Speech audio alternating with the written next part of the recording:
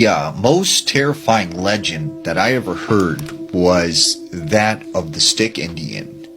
Now, the Stick Indian comes from the Northwest Native American tribes, and to them, they do not like to talk about this thing. But I heard one story that comes out of Washington State. There was this girl named Serena. Now, Serena and her 6 friends decided for her 18th birthday that they were going to go on this camping trip. So they headed out towards Mount Rainier to this spot that they had camped several times before. They get there, they set up camp, and they start drinking. Well, it starts to get late, and they build this really big campfire. As they're sitting around the campfire, they begin to tell ghost stories. And one by one, each person goes and tells a story. Well, it gets to Serena. And Serena says, "This is a story that my great-grandmother told me. It's an old Native American legend. Apparently, there were these things called the Stick Indians." Now, the Stick Indians were this normal tribe that lived peacefully amongst the other tribes. Until one year, they had this very bad winter. And there were no rabbits, no deers, nothing to hunt. So they began to starve. And they lost all this weight. Their skin, was pulling up against their bones. Their eyes sank into their face. They started to lose their hair. And all that would remain were these little strands of stringy, long black hair. Their nails and teeth began to break and crack. And their voice started to go hoarse and sounded very shrilly, almost like screams. Eventually, they got to the point where they became so hungry that it drove them insane. And this one particular day, they hear whistling coming from a nearby tribe.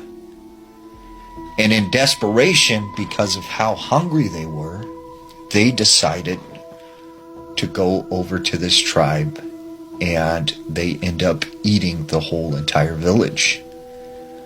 After they had done this, they got this taste for flesh, and it drove them even more mad. And it said still to this day, they have this taste for flesh. And then all of a sudden, Serena goes silent. And she hears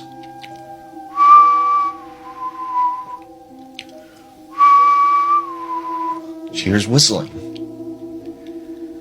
But she looks over and notices it's this one boy named Caleb who went with her. And she goes, "Caleb, why would you whistle like that? You're not supposed to whistle in the woods. This is how you draw these things in. You're not supposed to do that." And Caleb goes, "Oh, I don't believe any of that. That's like a bunch of hocus pocus jazz, And he starts taunting her. So after this, they decide they're going to go and play hide and go seek in the woods. So they go off in different directions, and Serena goes her own way into the woods. And she finds this good hiding spot behind a bush next to this tree. And she's sitting there, waiting. She can hear them counting. And then, ready or not, here I come. And all of a sudden, she starts to hear what sounds like footsteps walking towards her.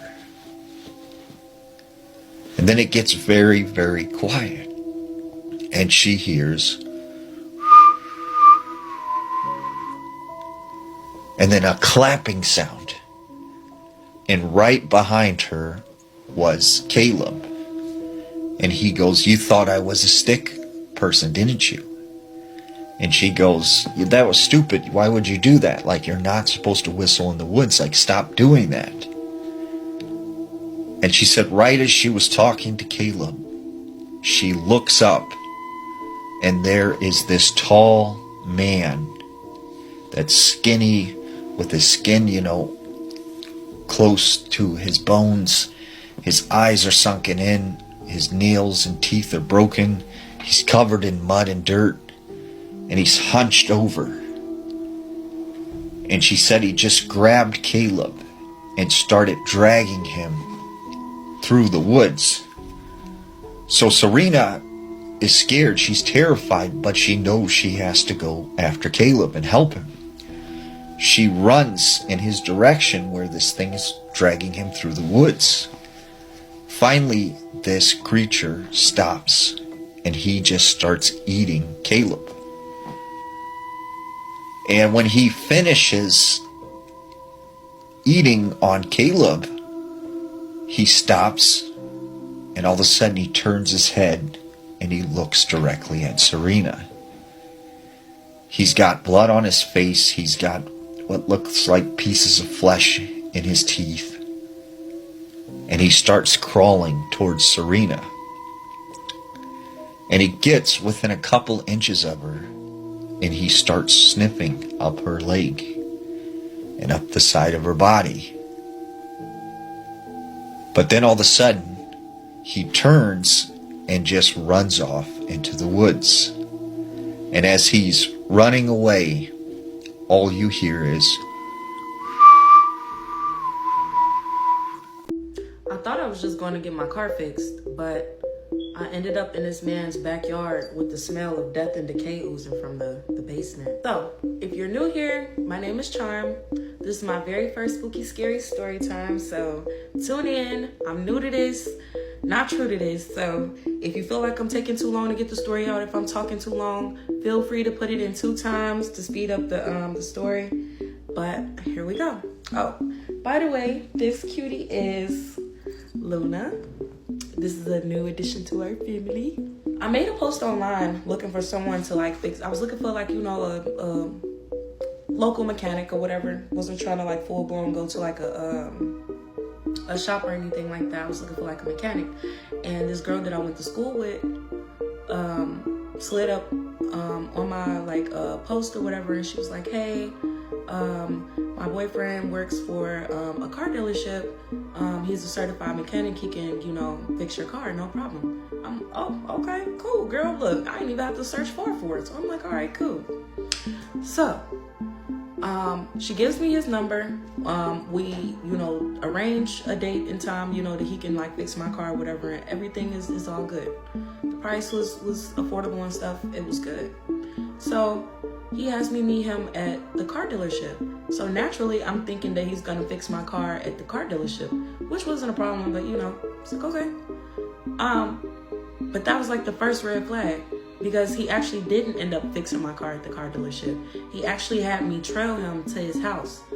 And I'm black, so I feel stuff in my spirit. As soon as something fell off, I never want to be one of them people that nobody have any trace of anything that ever happened to me if something happens to me. So as soon as some weird shit get to going on, I get to let multiple people know, hey, I think it's yeah. Send my location to everybody, whole 9. I get down. I do not play. That already had rubbed me the wrong way or whatever, so I had let my best friend know, and I had sent him, even though he already had my location, I sent him my current location while I was at their house. Pulled my car to the back. I pulled my car to the back. We get out. When I get out, I lightly smell this smell of death and decay, but I'm not thinking anything of it because they have an actual house or whatever, and I was just thinking nothing crazy, roadkill, raccoons, anything, not people, or at least so I would hope not. And so we get out the car. I'm not, I notice it, but I'm not thinking anything of it or whatever. And I was in school at the time. I was going to Denmark for cosmetology, so I'm doing my schoolwork and stuff, and it's pretty nice out. It's a couple hours before sunset. My oldest son, I had just had a baby, so I had a baby that was in the car seat, and then my oldest son, I forgot, this happened I don't even want to say how many years ago. Anyway, yeah, so my oldest son, he was old enough to play on their trampoline or whatever. So he was playing on their trampoline and stuff. I'm doing schoolwork. My other baby's chilling and stuff. Eventually I have to pee. So I asked him, can I go to the bathroom? But they don't walk me in. But she like, you know, give me directions for the bathroom as soon as I like go in the house or whatever. So I'm like, okay, cool. Go inside of the house. It's immediately dark. Like some shit that you would see like in a scary movie. No exaggeration. The best way that I could probably like, the closest thing I can like tell you to describe what the inside setting of the house looked like is Texas Chainsaw Massacre. Like if you saw like how in the setting of the house it was like even though it was daylight outside, it's dark as fuck on the inside of the house. That's how it was. And I also wanted to make note of when I walked. So, okay, boom. So it's a house right here. Their house is right here. And it's this driveway or whatever in the middle that's kind of like shared, I guess, in between those neighbors, which was them and their neighbors or whatever. I want to add that their neighbors were very uncanny, very scary, eerie, creepy, like very weirdly nice and pushy. But I'm going to get to that. As I'm walking to the back, the smell of death and decay is getting like stronger as I'm walking past, you know, as I'm walking down the driveway, but I'm walking past like it's on the side of their house or the people's house that I was at. It was like this big ass, you know, like when houses is abandoned, it be this big ass piece of wooden board or whatever. They had something like that leaning against the house, but it was like weirdly in front of the basement window. Now, I watch a lot of true crime and spooky and weird shit, so I was trying not to let my mental get the best of me. But I also didn't want to be naive and not... I'm sorry, y'all. My 3-year-old just woke up in the middle of the night. He was sleeping in my bed. He just went to his room and scared the shit out of me. I'm sorry. Because it is like 1:52 in the morning while I'm telling this story. I go in the house to pee. It's very weirdly dark. It smells faintly like, you know, rotten meat in there. But I had to pee. So I go pee. I'm scared as fuck while I'm going to pee. But I go pee, hurry up, wash my hands and stuff. I go back out. I go back to the back. As I'm walking back past, the smell intensifies again, you know, at that middle part right there. Like, okay. I go to the back. I don't see my oldest son. So I'm panicking. I grab my baby. Where's my son? Like, where's Roman? He's at the neighbor's petting a dog. So I'm like, okay. So take me to the neighbors. She go over, take me to the neighbor, and they were very, like how I said, extremely like uncanny. Like, you know how people just like they smile and they got this friendly look, but it's almost like spaced out at the same time, like they not real. I can't explain it. Or like how like psych patients that be like out of it, like it was just very scary and weird. And they were very like pushy. They were nice, but they were pushy about me going up on a patio. No, what do you call it? It's like an enclosed patio, an enclosed porch or whatever. They were like very adamant and very pushy, just, oh, well, you come pet our dog. And mind you, while they're keep trying to get me to get up there to pet the dog, I'm trying to get Roman to come down. Like, come on, down from there. But my son is a animal lover. But at the same time, I'm telling him I'm smiling. You know how like people do nervous laughter? I'm one of those. I'm a nervous laughing person. So I'm, you know, grinning and trying to be, you know, nice and stuff because I'm trying not to let them know that I'm alarmed. So, and I'm telling Roman like, come on. And Roman's still trying to, so I had to, after they kept being pushy about me getting onto their porch, I couldn't put no face on no more. I let them know I'm good. I kindly decline. I appreciate it. I'm not into dogs and petting pets and stuff like how my son is. It's just not me. They let it go. Roman come off they porch. We go back to the back. I'm a little unsettled or whatever, and he's fixing my car, but he's fixing it slow, at least to me. And I felt like the service that was being done wasn't no service that was supposed to take that long because I've had it done before. He's fixing my car, maybe like 15 minutes go by. Roman says he has to pee. My heart dropped down to my ass at this point because I'm scared. I'm already fucking scared and unsettled. And then the house is scarier than what the fuck is going on outside. And you talking about you gotta pee? Why the fuck did you go pee the first time? When I went in there, you seen I had to go pee. I'm the mama, and I'm scared. Who am I gonna call? But of course, naturally, like a mom, put on my big girl panties. Oh yeah, come on, let's go to the bathroom. Let them know that I'm about to take them to the bathroom or whatever. Neither one of them walk me in either times when I take them to the bathroom. I see that I'm short on time, so I'm about to make a part 2. Can we show them the older homestead? Yeah, let's go. As you know. No, it's not. No, it's not.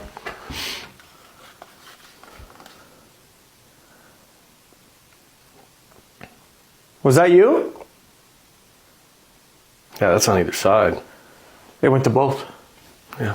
There was a man who loved to eat. Every day he went home at noon to eat lunch with his wife. The man was not a good husband. He was mean, bad-tempered, and he was an overbearing bully, and his wife was afraid of him. She was a shy, timid woman who did everything that he asked. If she didn't, he would often beat her.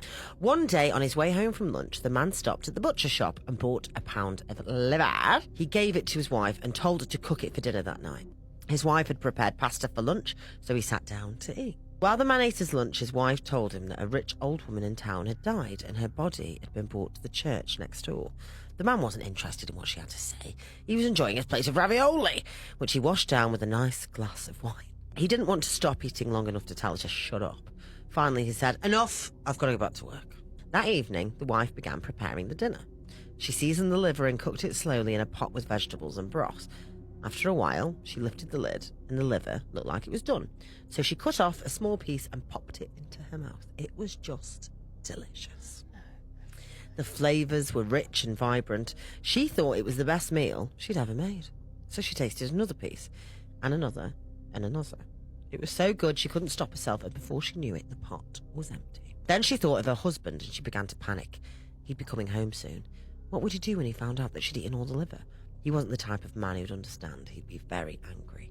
And she remembered the beatings that he'd given her before. She didn't want to face that again. But where could she get another piece of liver that late in the day? Then she remembered. She has a liver. The rich old woman who was lying alone in the church next door. Oh, God. Lying in an open coffin, waiting to be buried. After finishing his meal, her husband got up from the table, patted his belly and said, "That was just delicious." He'd never had a better dinner. The salad with a drizzle of olive oil and just the right amount of garlic and vinegar, the fresh garlic bread, and the tastiest, most tender liver that almost melted in his mouth. He looked at his wife. "Aren't you going to have some?" he asked. "Oh, I'm not hungry," she said. "You finish it." That night, I went to bed. The man had fallen asleep, but the wife was lying in the darkness, unable to close her eyes. All she could think about was what she had done, and just then, she heard a voice in the distance. "My liver!" The wife listened. Was it just her imagination? Was she dreaming? The cry came again and again, piercing and terrible. "Give me back my liver! Give me back my liver!" No, I don't have it. I don't have your liver. Now the voice was right next to her. "Who has my liver? Who has my..." The wife was trembling with fear. She pointed to her husband and said, "He does." Suddenly, the wife awoke in a cold sweat. Gosh, she was so frightened she could barely breathe. She couldn't stand the strain any longer. She shook her husband, and when he woke up, she confessed everything. She told him how she'd eaten the liver that he'd bought, how she'd crept into the church next door, she'd slit open the belly of the corpse and deftly cut out the liver and brought it home to cook. Her description was so vivid, her husband could almost see it happening before his eyes. As he listened, he grew more and more angry. Then she told him about the ghostly voice that she'd heard, and he grew more and more fearful. The man was terrified of ghosts. "I'm the one who ate the liver," he said. "That means she'll be coming to me for her vengeance." He got out of bed, and without a word, he went downstairs. His wife sat in bed wondering what he was going to do. A few minutes later, she heard his footsteps coming up the stairs, and when he appeared in the doorway, she saw he was holding a knife. Oh, Jesus. She screamed and screamed. Later that night, the husband crept into the church next door. He approached the coffin and placed a fresh, new liver in the belly of the corpse. Then he went home, climbed into bed, and his sleep was never disturbed. Oh my god, guys, listen to the story. It creeps me out so bad. Creepy story time. So this guy says that he and his mother had an encounter with what he can only describe as a doppelganger. Now, I don't know. It could be many different things. I am not sure, so you'll have to let me know what you think. He starts off by saying his dad worked nights when he was about 6 or 7 years old. He said he was winding down, getting ready for school the next day, and he was waiting for his mom to pour a glass of milk for him like she always did. At first, it was a normal night like any other one, and he was just sitting there looking into his dark living room, sort of zoning out, waiting for the milk. During one of his head swivels, looking around, just waiting, he noticed his dad appeared in front of the closet door in the living room. Because at first that it didn't really bother him, he just assumes it was his dad standing there. But when he looks back to think about it, he said there was zero noise, and they had like old creaky floorboards in this house, so he would have heard him sort of coming or going. But he literally just stood there staring. He said he did not move an inch, he did not blink, and the longer they just stared at each other, he started noticing his dad's eyes. They were too small to be his dad's eyes. They were wide open, but still so small on his head that it didn't look right. He said he then started to like rub his eyes to like shake it off, just try to understand what it is that he was seeing, and it just kept standing there and it kept staring at him for probably another minute more. And then after that, it just sort of vanished. When it vanished, it was in such a blink that there was no way that it is humanly possible for that to have happened without making a noise, because there was no noise, just there and then gone. He also remembers looking up to his mom to kind of see if she saw it too, but when she didn't react or say anything, he thought maybe he just hallucinated it. For years he thought this.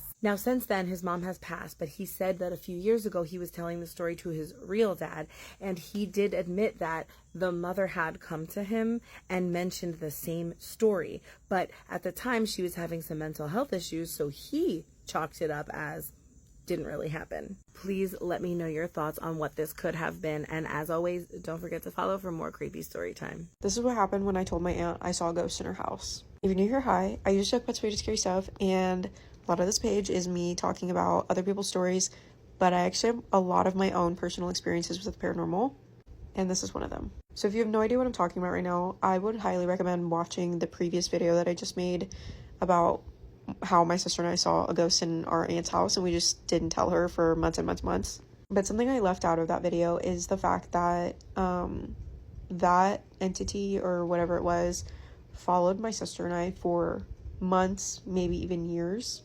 And way after the fact, we finally told my aunt and we said, you know, we didn't want to scare you in your own home, but this is what we saw, and we told her exactly what happened. And she looked at us and was like, you know, that's Grandpa, right?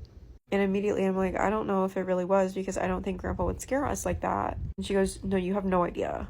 And when I said, what are you talking about? And she proceeds to tell me the scariest story that I've probably ever heard from somebody in my real life. And that was a couple weeks after my grandfather had passed, which was like February 2014. She started experiencing really strange things in her home. And I mean, like, she just never felt like she was alone. She felt like someone was watching her, etc., etc. Well, one night, her and my uncle are in bed sleeping, and they are both woken up by this buzzing noise. And it was so loud that both of them had woken up just randomly at like 2:30, 3 o'clock in the morning. When my uncle went into the bathroom, he finds that his clippers were turned on. They were battery powered, so he just shut it off, went back to sleep. Not 5 minutes has passed, and they are both awake again because there is a buzzing noise coming from the bathroom again. He walks into the bathroom, same thing, turns it off, and this time he takes the batteries out. Very important. So my uncle lays back down with my aunt, and they're both talking about it, about what are the coincidences, what are the odds of that happening. It's a little weird.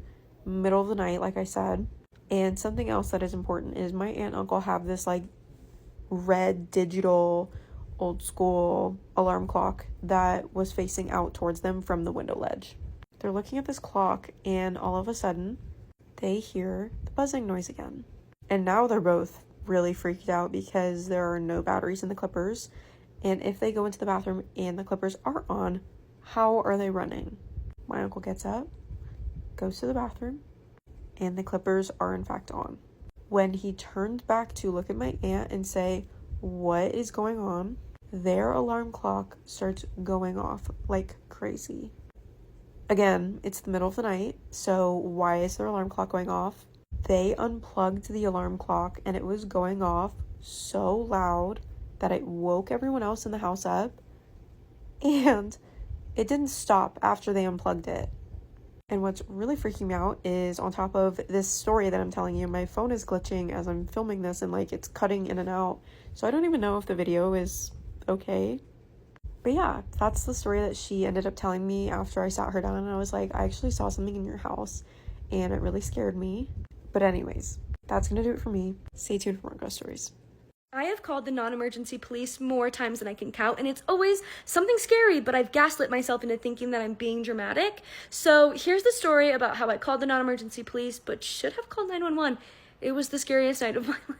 Back in high school, I was terrified of staying home alone because every single time I did, I would hear noises. My parents always told me that it was just, the house settling and making creaks because it's an old house. My parents had gone out of the country, so I had my best friend come stay with me because, like I said, I was terrified of being home alone. And the way that my house is structured, my childhood home, the basement has a door, and then it has like these steps that go up, and then there's the back door, but you have to go up deck stairs in order to get to them, and then there's a front door. 3 doors, okay? So me and my best friend, we leave. We're gonna go get dinner somewhere, okay? And I am so paranoid. Like I said, I checked every single door to make sure it was locked. I went in the basement, made sure it was locked, came upstairs, looked at the back door, saw it was locked, went to the front door, locked it, left out the garage, closed the garage. We got back and we were just giggling, laughing, and so it took us a while to notice, but when we got inside from my garage door, you can see my back door,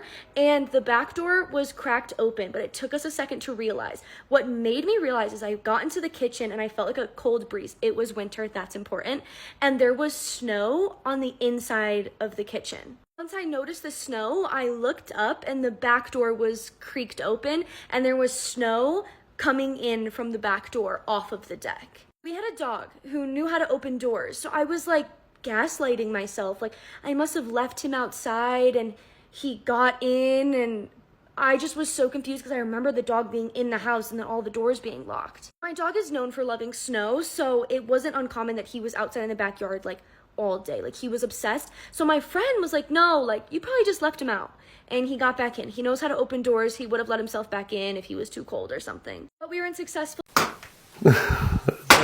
What the fuck was that? Bro! What's going on around you? I don't know. I'm frozen. I am frozen. Did the window Sean. break? I'm gonna tell you a scary story about something that happened at work today. So I'm a nanny. I nanny for a little boy. He's 3 years old. And over the weekend, I also nannied. Spent the night at their house while his parents were out of town. And I had noticed, I nanny in his house every single day. Okay, this is where I work. It's where I basically live. And I noticed over the weekend that I was having this really weird feeling when I was walking around the house. Like that feeling like something's behind you, like, ooh, spooked. I had never really felt that way in this house, but recently I've been kind of getting a vibe. And over the weekend, for sure, as I was walking around, I was like, I just don't feel super comfortable here. So today I go to work and the little boy that I nanny is sleeping. He wakes up, but he's playing happily in his bed, okay? He likes to play for a little bit. All of a sudden, he starts screaming, crying, bloody murder. He's cowering in his bed. So I go up the stairs and I open the door and I said, buddy, what's wrong? What happened? You got upset all of a sudden. And he said, there's something behind the chair. And there's a rocking chair in his room. I went over there and I looked and I was like, there's nothing behind here. He said, yes, there was a foot. There was a foot sticking out from behind the rocking chair. And I immediately got all the goosebumps because I was like, I knew it. Freaking knew something was in this house. Anyway, I told it to leave under my breath and I let him know that he was safe. And then later, go upstairs, I put him down, I'm trying to put him down for his nap, and he starts to whimper and cower in the corner. And I was like, buddy, what's wrong? And he was like, I'm scared to go to sleep. He like goes like this and he put his blanket over his face and he was looking and he was like, I'm afraid I'm gonna see the foot again. And I was like, oh no, honey, you're never gonna see that foot ever again. I told it to get out. I swear this stuff always happens to me. All right, besties, get comfy, get cozy, grab a drink, grab a snack, because this one's a doozy, okay? I'm gonna tell you about my freshman year roommate. Okay, so August 2023, Little Blondie Diary. She's just a freshie at West Virginia, okay? She moved in a couple days later.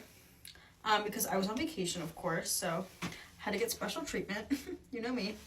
But I go to West Virginia, go Mountaineers, and if you go to West Virginia, you know how Boardman South is set up. It's the worst, okay? So basically, you kind of have your own room, but there's no door. So like, imagine like just the doorway, but like no door. So Kim, my roommate, that's not her real name, but you know, Kim had already moved in. Of course, like I said, I moved in a couple days later than everyone else. But the setup is, if like I open the door to the dorm, I'm in her room first. And if I keep walking, there's a little like doorway that led into my room. And then there was a door that led to the bathroom, like in my room. So if I wanted to leave, I had to go out through Kim's room. If she wanted to come to the bathroom, she had to go through my room. Okay? And just to note, we shared a bathroom with like a million people, and that'll be important later. So when I move in, immediately I knew this girl was going to be trouble. I try not to judge a book by its cover, but to like meet my parents, she comes in a shirt like cropped to here, no bra, okay, no bra, and like booty shorts. Her whole butt was like hanging out, and I was like, okay, like hello, nice to meet you. And like my parents kind of looked at each other. They're like, oh boy, she's in for a treat. And boy was I. I all moved in, and her boyfriend is with us. And keep in mind, Kim is a year older. So I was 18, Kim was 19. Her boyfriend was still in high school. I think he was 17, maybe 16. I don't know. I really hope not. I think he was 17. He stayed with us for the entire first week.